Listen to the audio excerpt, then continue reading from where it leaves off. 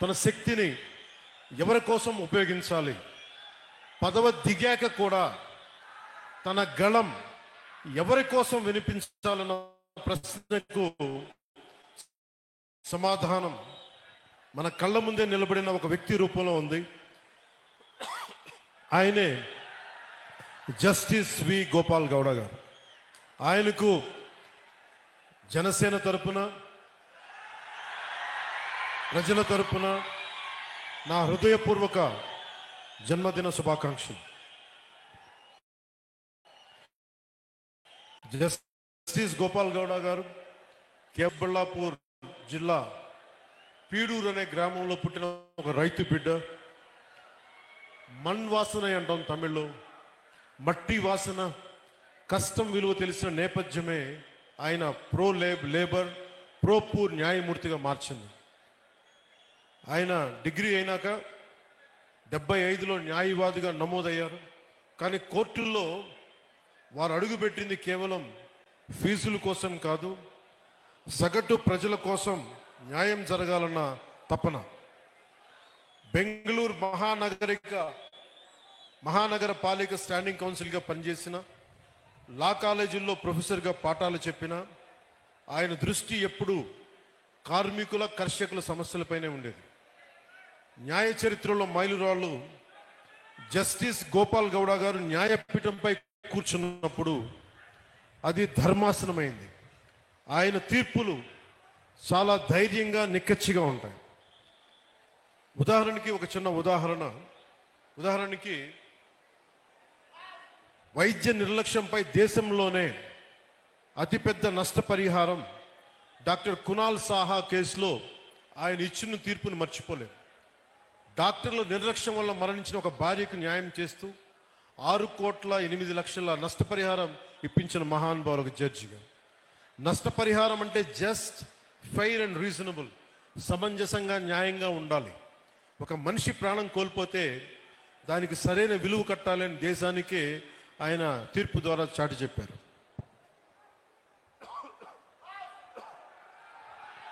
కార్మికుడికి రక్షణ, ఒక హైకోర్టు తీర్పును కొట్టివేస్తూ కార్మికుడికి అక్రమ తొలగింపునకు పరిహారం బదులు ఉద్యోగం పునరుద్ధరణ, రీఇన్స్టేట్మెంట్ తప్పనిసరి అని తేల్చి చెప్పారు. కార్మికుడికి ఉద్యోగం అంటే కేవలం జీతం కాదు, అది అతని గౌరవం, అతని భద్రత నిరూపించారు. రైతు భూముల్ని ఒక రక్షకులు వారు. పాత చట్టాల పేరుతో రైతుల భూముల్ని లాక్కోవటం ఎంతవరకు ధర్మం? భూసేకరణ చట్టం 2013లోని సెక్షన్ 24 పారాగ్రాఫ్ 2ను పటిష్టంగా అమలు చేస్తూ 5 ఏళ్లుగా పరిహారం చెల్లించని రైతుల భూములను అక్విజిషన్ ల్యాప్స్ చేసి తిరిగి వారికి అప్పగించారు. రైట్ టు లైఫ్ అంటే జీవించే హక్కు అంటే జీవనోపాధి అని, రైట్ టు లైవ్లీహుడ్ అని ప్రభుత్వాలకి చాలా సున్నితంగా హెచ్చరించారు. అలాగే నాకు ప్రత్యేకించి జనసేన సిద్ధాంతాలకి ఆయన చాలా బలమైన సపోర్టర్, బలమైన మద్దతుదారు. జస్టిస్ గోపాల్ గౌడ గారు అంటే కేవలం రిటైర్డ్ సుప్రీంకోర్టు జడ్జి కాదు, ఆయన నేటికి ఏ పాలకుల్లో ఏ తప్పులు ఉన్నా కానీ రాజ్యాంగ ఉల్లంఘనలపై నిర్భయంగా గళమెత్తుతున్న ఒక నిత్య పోరాట యోధులు. ఆయన జనసేన సిద్ధాంతాలను, విలువలను ఎంతో గౌరవిస్తారు. అందుకే చాలా పరిస్థితుల్లో మేము చేసిన పోరాటంలో ఆయన పాల్గొంచుకున్నారు. భూసేకరణ చట్టంపై కావచ్చు, నల్లమల యురేనియం తవ్వకాలు కావచ్చు, అలాంటి సమావేశాలు ఆయన ఇచ్చిన దిశానిర్దేశం మా పోరాటానికి బలం. ఇటీవల గత ప్రభుత్వాలు ఉన్నప్పుడు రాజధానుల ఆలోచనపై న్యాయపరమైన అంశాలను చాలా నిర్మోహమాటంగా, నిక్కచ్చిగా చెప్పారు. ఆయన ధైర్యం, ఆయన నిబద్ధత, ఆయన విలువలతో కూడిన రాజకీయం, ఇవన్నీ జనసేన లక్ష్యాలు. యువ న్యాయవాదులకు, ప్రజానాయకత్వానికి, రాజ్యాంగాన్ని కాపాడాల్సిన అవసరాన్ని ఆయన నిరంతరం గుర్తు చేస్తారు.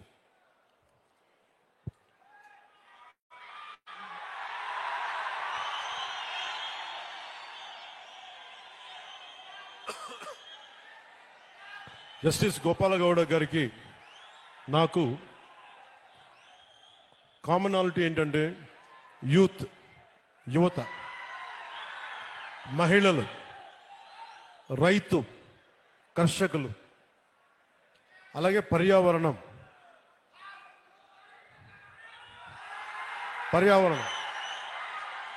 ఇవన్నీ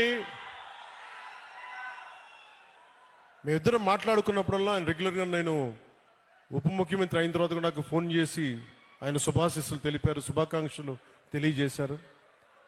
ఇలాంటి మహానుభావుల పరిచయం, ఇలాంటి మహోన్నతమైన వ్యక్తుల పరిచయం జనసేనకి చాలా అండ. నాకేం అవసరం లేదు, మన భవిష్యత్తు కోసం, మన బిడ్డల భవిష్యత్తు కోసం, మీ తరాల భవిష్యత్తు కోసం.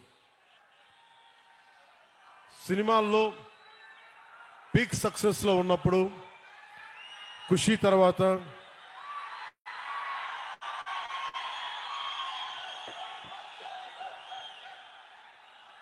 నేను ఒకటే ఆలోచించాను.